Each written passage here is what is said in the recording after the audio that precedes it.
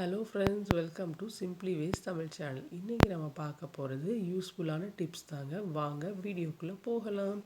இது வரைக்கும் நம்ம சேனல் நீங்கள் சப்ஸ்கிரைப் பண்ணலைன்னா ப்ளீஸ் சப்ஸ்கிரைப் பண்ணிக்கோங்க. அப்படியே பக்கத்தில் இருக்க பெல் ஐக்கானே டச் பண்ணுங்கள். அப்போ தான் நம்ம போடுற வீடியோஸ் உங்களுக்கு உடனுக்குடன் நோட்டிஃபிகேஷனில் வரும். வாங்க வீடியோக்குள்ளே போகலாம்.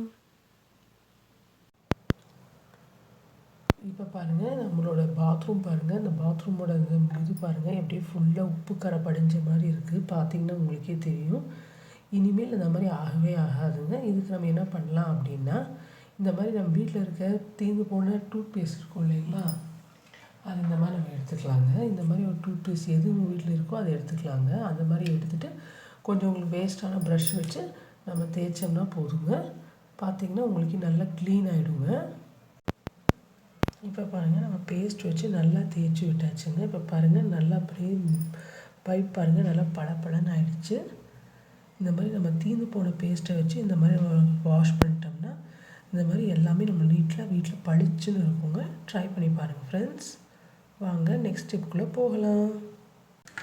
நெக்ஸ்ட் ஸ்டெப் இந்த மாதிரி வாஷிங் மிஷினில் ஃபில்டர் இருக்கும் இல்லைங்களா, ஒவ்வொரு டைமும் நம்ம யூஸ் பண்ணிவிட்டு நம்ம நல்லா சோப் போட்டு வாஷ் பண்ணிவிட்டு நம்ம அப்புறமா நம்ம யூஸ் பண்ணோம்னா இந்த ஃபில்டர் நம்மளுக்கு நிறைய நாளைக்கு ஒன்றுமே ஆகாதுங்க. இதை நம்ம நல்லா இப்போ வாஷ் பண்ணிடலாங்க.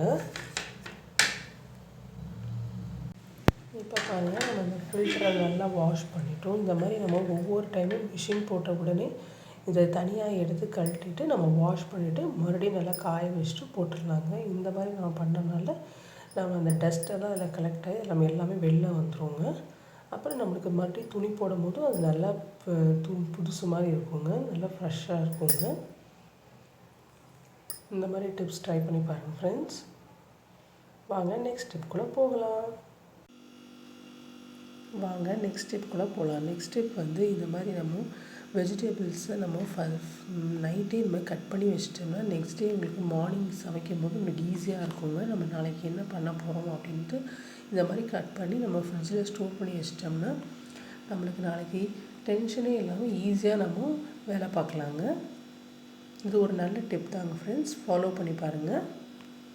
இந்த மாதிரி நம்ம நைட் டைமில் உட்காந்து கட் பண்ணி வச்சிட்டோம்னா நம்மளுக்கு நாளைக்கு சமைக்கும் போது காலையில் ஈஸியாக டென்ஷன் இல்லாமல் வேலை பார்க்கலாங்க.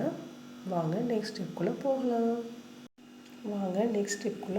நெக்ஸ்ட் ஸ்டெப் இது உப்பு டப்பாங்க. உப்பு டப்பாவில் நம்ம கொஞ்ச நாள் ஆக அப்படியே நீர்த்துற மாதிரி ஆகிடுங்க.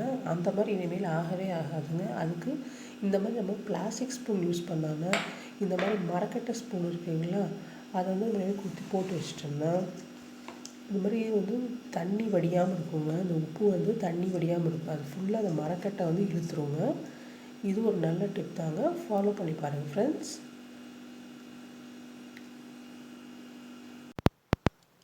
இன்றைக்கி பார்த்த எல்லா டிப்ஸுமே ரொம்ப யூஸ்ஃபுல்லாக இருக்கும்னு நினைக்கிறேங்க ஃப்ரெண்ட்ஸ்.